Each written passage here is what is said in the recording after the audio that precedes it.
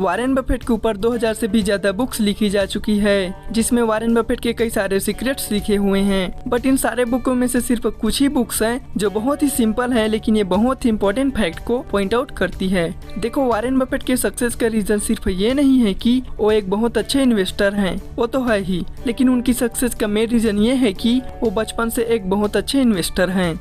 Warren Buffett की total wealth around 117 billion dollars की है। बट क्या आपको पता है 117 बिलियन में से 81 बिलियन डॉलर्स उन्हें अपने 65 बर्थडे के बाद मिले हैं। अगर आप बफेट के सक्सेस को सिर्फ उनकी IQ और एफर्ट से जज करोगे तो आप गलत कर रहे हो, क्योंकि कोई इस बात पर ध्यान ही नहीं देता है कि वो आधी सेंचुरी से भी ज्यादा टाइम से इन्वेस्टिंग कर रहे हैं। बफेट ने 10 साल से ही सीरियस इन्वेस्टिंग करना स्टार्ट कर दिया था। बट इमेजिन करो कि वो एक नॉर्मल इंसान होते जो अपने 20s में बस अपना पैशन ढूंढने में फोकस कर रहा होता, एंजॉय कर रहा होता अपने लाइफ को, यहाँ वहाँ घूम रहा होता, पार्टीज कर रहा होता, और 30s की एज तक समझो उसकी नेट वर्थ अराउंड $25,000 होती। और मान लो फिर वो उस टाइम पे इन्वेस्टिंग करने का डिसाइड करता, जो करने के बाद उसे 22% के एनुअल रिटर्न्स भी मिलते, जो सच बोलूं तो काफी ज्यादा है। और ऐसा स्टार्ट करने के बाद वो अपने 60s की एज में रिटायर हो जाता। तो आप गेस करो कि उनकी नेटवर्थ कितनी होती। तो उनकी नेटवर्थ होती $11.9 मिलियन।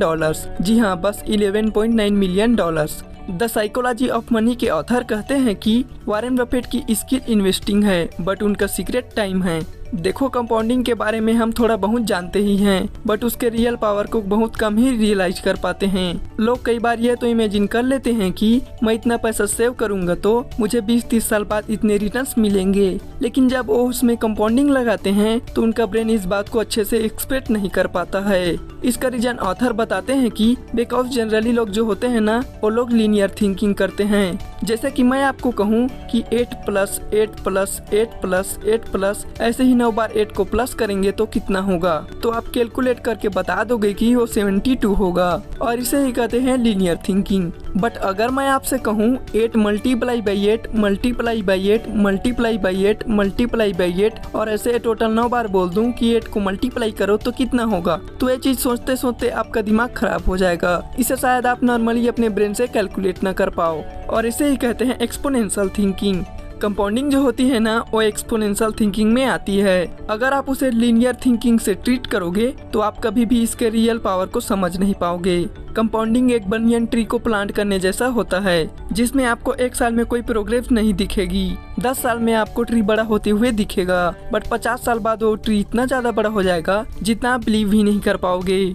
मैजिक ऑफ SIP मतलब सिस्टेमेटिक इन्वेस्टमेंट प्लान। हम उस सिस्टम को बोलते हैं जहाँ पे आप एक पार्टिकुलर अमाउंट को आप मंथ के पार्टिकुलर डेट पे फिक्स कर देते हैं, और वो अमाउंट उस डेट को आपके अकाउंट से डिटेक्ट होकर के आपके उस फंड में जमा हो जाता है जिसमें आपने SIP की होती है। फॉर एग्जाम्पल, अगर आपने किसी ABC म्यूचुअल फंड में 5,000 रुपए की मंथली SIP फिक्स की है कि हर महीने के 5 तारीख को आपके अकाउंट से 5,000 रुपीज इस म्यूचुअल फंड में इन्वेस्ट हो जाए, देन ये प्रोसेस ऑटोमेटिकली स्टार्ट हो जाएगी। एंड ये बात आपको ध्यान में रखनी है कि आप जो भी डेट फिक्स करोगे उस डेट पे आपके अकाउंट में पैसे रहने चाहिए। जैसे आपकी सैलरी 1 तारीख को आती है तो आप 4 या 5 तारीख को SIP फिक्स कर सकते हैं। जैसे कि आपको पता होगा कि स्टॉक मार्केट में रिटर्न्स कमाने का एक सिंपल तरीका है, जब मार्केट डाउन होते हैं तो शेयर्स को खरीद लो, और मार्केट जब ऊपर जाते हैं तो शेयर्स को सेल कर दो। अब मान लो हर महीने आप 5,000 रुपए की SIP सेट करते हो, जो आपके बैंक से ऑटोमेटिकली हर महीने 5 तारीख को कट जाते हैं, और उस टाइम पे समझो आपकी म्यूचुअल फंड की NAV 100 है। NAV मतलब नेट एसेट वैल्यू।